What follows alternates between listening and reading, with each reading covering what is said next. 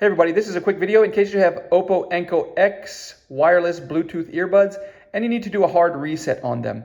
Now it's very easy to do and this will fix a lot of issues. For example, if your earbuds are not connecting to Bluetooth, or if they keep disconnecting, or if you're only getting sound out of the left ear or the right ear, or if they're connecting but not to the device you want and you want them to just forget all of the devices so that you can get a fresh start and connect them to the device you want.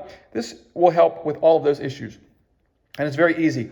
All we need to do is put our earbuds in the case with the lid open as like such.